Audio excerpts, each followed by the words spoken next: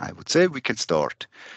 So welcome everybody to our Nomasis webinar today. My name is Tiziano and I'm pleased to introduce to you Nadim from Redshift, who will be presenting today. Today's webinar is about email authentication. How ready your outbound email for the new area of Google and Yahoo requirements. The session lasts about 25 minutes. So please notice that the webinar will be recorded and during the presentation, your microphones will be set to mute. You may post questions during the session through the chat function to the host, and the questions will then be answered by Nadim or Julian at the end of the session. So now I'd like to hand over to Nadim. Please start your presentation, Nadim. Thank you. Thank you, Tiziano. I just also wanted to mention that I'm joined also on the webinar are my colleagues Julian and Uwe, who hopefully you'll get the opportunity to meet. I have the honor of presenting today, but there's a lot more people at Redshift who can be helpful for these sorts of problems. All right, so we're here today to talk about these new Google Yahoo requirements for email deliverability. If you're on this webinar, it's probably because you knew about this before. If you use any kind of email service provider, you've probably been told by them about these requirements. So we're going to go into a bit more detail about what they mean and how you can prepare for them.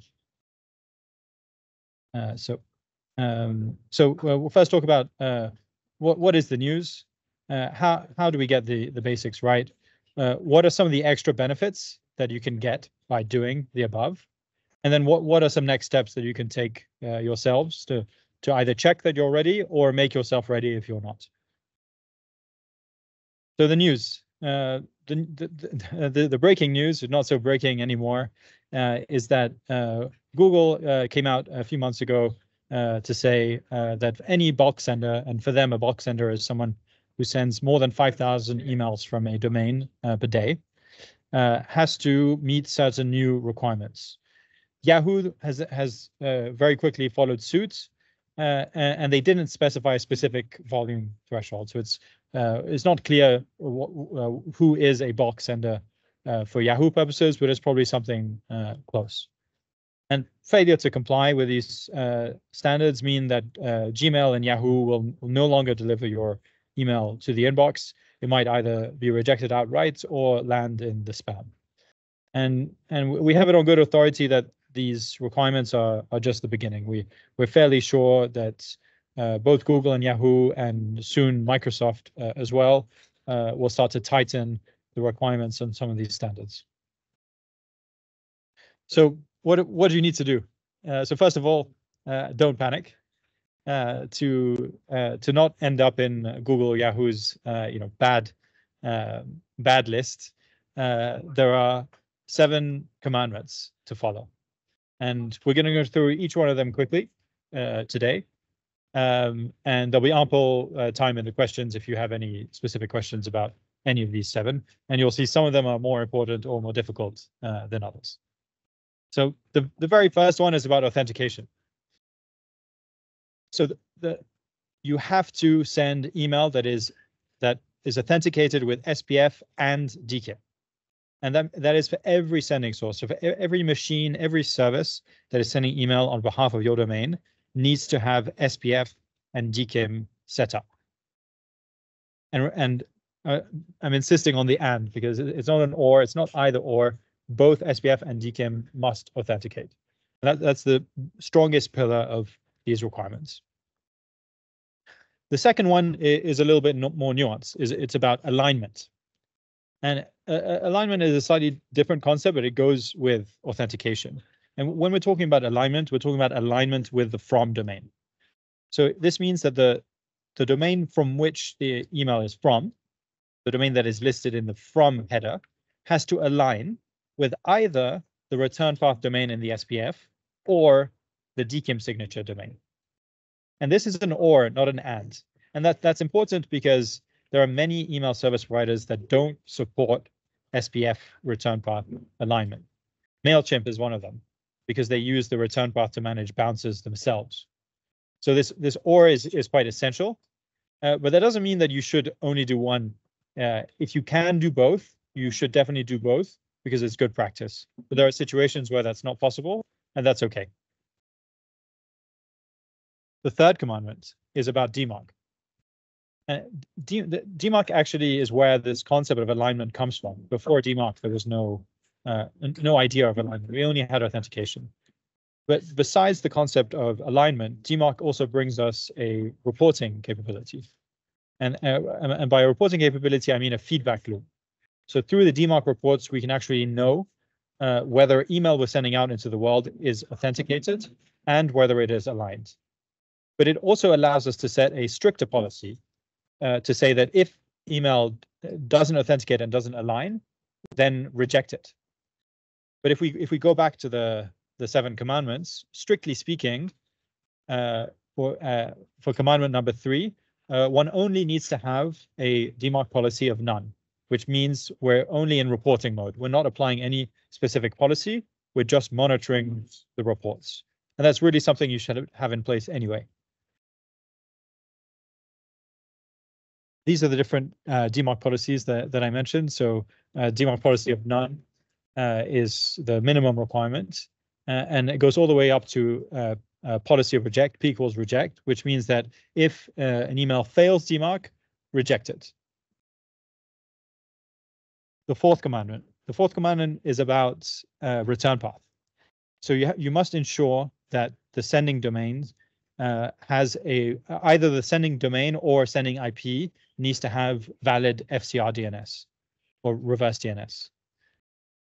That is quite easy. Usually it's supported out of the box by your ESP. Most of the time you don't need to do anything, but it's worth checking that this exists, and we'll talk about how you can check that at the end. The 5th commandment is TLS. So you must use a TLS connection for transmitting email. Now the good news here again is that most probably this is already happening. It doesn't need to be TLS 1.3. It can be any version of TLS, but of course having the latest version is better. But strictly speaking, for Google and Yahoo's purposes, you can have any from 1.0 upwards, any version of TLS. Number 6 is a slightly more difficult one to track. So the requirement is to keep spam rates under 0.3% as measured in Google Postmaster Tools or Yahoo's complaint feedback loop. And this is something that's a bit more difficult to monitor because neither of these tools have APIs, but you can create an account on Google Postmaster Tools or Yahoo's complaint feedback loop to get their assessment of your spam rate. And you should monitor this very closely. Ideally, you should be under 0.1%. That's where you want it to be. Anything over that, you should start to worry. And at 0.3%, that's when both Google and Yahoo will start to either block your mail flow entirely or send you straight to spam. Number 7, the last one. The last one is about unsubscribing. So if we remember why Google and Yahoo are doing this, they're doing this to clean up the inbox. They're doing it to make it a less spammy, less fishy place. And a big part of that is only sending emails to people who actually want your mail. And that relates to commandment number 6, keeping your spam rate low. But one way of actually keeping your spam rate low is making it easy for your subscribers to opt out. And that's not just having an unsubscribe link in the body. This one-click unsubscribe header is a specific header that looks like this that needs to be included. And this is what the mail client uses to add an unsubscribe link to their UI. And this allows the user to unsubscribe without even going to a link, just by clicking a button in the application. And most ESPs support this now, but not all of them. And Google has actually pushed out the application of the 7th commandment to June to give ESPs more time to implement it. So if your ESP doesn't support this now, or you can't figure out how to get this up and running today, you have until June to figure that out, which gives you enough time. So we spoke about commandments. Commandments are a bit annoying because you have to do them, but it's not all doom and gloom. There's actually quite a few benefits that come from doing this, and the most important benefit is really you should be doing all of this. All of these things are good email practice. None of them have been invented by Google to piss you off or to annoy you or to make life more difficult. These are all good practices. And these changes have been recommended by deliverability and email security experts for years. They're not new. Google and Yahoo are just putting the gavel down now and enforcing it and saying, if you don't auth, you can't come in. And that's actually a good thing for the world of email, and it's good for your deliverability and your security. Because implementing them puts distance between you and the mass spammers and the phishers out there. And also, it's just the beginning. So getting ahead of these requirements now is important because these requirements will become stricter and stricter over the next few years, and more email providers will enforce them. And the biggest one that is probably coming is Microsoft. So we don't have an official announcement from Microsoft yet, but some of my colleagues were at MOG, which is a big email deliverability conference in the US. And the rumor is that Microsoft will follow suit quite quickly. The other benefit is your own security. So if you're doing authentication and you're doing alignment, effectively you've done DMARC, and you can move to a DMARC policy of quarantine or reject. And having a DMARC policy of reject means that your domain can no longer be spoofed, can no longer be used for exact impersonation. And when we're talking about exact impersonation, we're not talking about a lookalike domain with funny characters. We're talking about somebody sending email from your actual domain. Unless you have a strict DMARC policy, that is left open for attackers to do. And if you're doing all the steps that are required for Google and Yahoo, you're really only a few clicks and a few checks away from being able to have a strict DMARC policy. So that's really an extra dividend that you can get quite easily if you successfully implement the 7 commandments. The next one is BIMI. BIMI might be a concept that's new to some of you. It stands for Brand Indicators for Message Identification. I always forget it, so I put it on the slide. And BIMI is a way of getting your verified trademarked logo in the inbox of supporting mailboxes.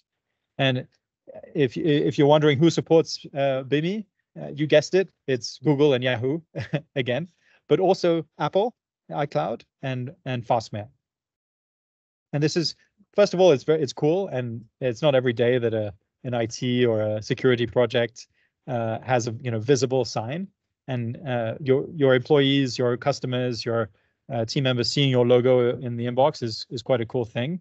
It also comes in some cases with these fancy tick marks. This is Yahoo here. This is what it looks like in Gmail. In Apple, you don't get a tick mark, but you get this digitally certified label, which is fun. But based on a study we ran, it also increases brand recall, it increases open rate, and it increases purchase intent. This is based on a study we did in 2021, which you can read on our website. It's as exciting as it sounds. So yeah, BIMI is a great thing you can do. BIMI is based on having a strict DMARC policy and requires just one more thing called a verified mark certificate, which has a small cost attached to it, like most certificates, but is well worth doing, in our opinion, because of the brand and security benefits that it brings. So if we zoom out a little bit on what is going on here with the big email providers, so they're really following a stick and carrot approach. So on the one hand, they're saying if you don't comply with the 7 commandments, we won't deliver your email. You'll just get blocked. That's the stick. On the other hand, if you implement them fully and you go a little bit beyond, so if you have a best-in-class implementation, so the strictest DMARC policy, a VMC certificate, then your mail can sit in first class. Not only will we deliver them, but we'll put the logo, we'll put a tick mark, and you'll be protecting yourself from impersonation. So really, if we're implementing this, we might as well go all the way to the carrot and have best-in-class security, because actually the distance between them is not that far. So what's next? There's a very easy way to check your configuration, whether you're in line with these 7 commandments. My colleague Julian will post a link to our investigate tool. And this is a very easy tool, doesn't require any sign up, any account. You just send an email to an address that will show on your screen, and it will give you an assessment of multiple standards. And if you scroll down, we'll have a specific card like this, specifically for the Google Yahoo requirements. And it will show you, it will tell you exactly whether you are compliant with each of these requirements, including the unsubscribe header. The only one that we can't check for you is the spam rate. For that, you will need to create your own account. We've asked Google for an API. They haven't delivered it yet, but they've told us that it's coming. So for the moment, that's the only thing you'll have to check manually. Everything else can be checked with this, and you're free to use it as much as you want. It's totally free. But then also, and the reason why we are delivering this is that there are solutions out there that can help monitor and implement these standards on a continuous basis, and they're based on DMARC reporting, because DMARC reports provide a continuous stream of feedback about everything that's going on in your sending infrastructure. And we've built our solution around automation and guidance. And with Nomasis, we have a very easy way for you to be guided through this process. So if that's something you're interested in, we can also set up a POC. But using the Investigate tool is a good way to see where you're at. And I encourage you to test it, not just from your normal mail provider, so if you're using Office 365, but you can also send an email to the Investigate address from your Marketo instance or your MailChimp to check each of those other sending services to see what their status is. So with that, I'll hand it back over to Tiziano for questions. I hope this was enlightening, and I look forward to seeing what questions you have. So yeah, thank you very much to Nadim for giving us this overview on this interesting topic. At the moment, I did not receive any questions. Maybe if you have one, you can put it straight to the chat, or you can also unmute yourself and ask your question if you want. I will wait just some seconds.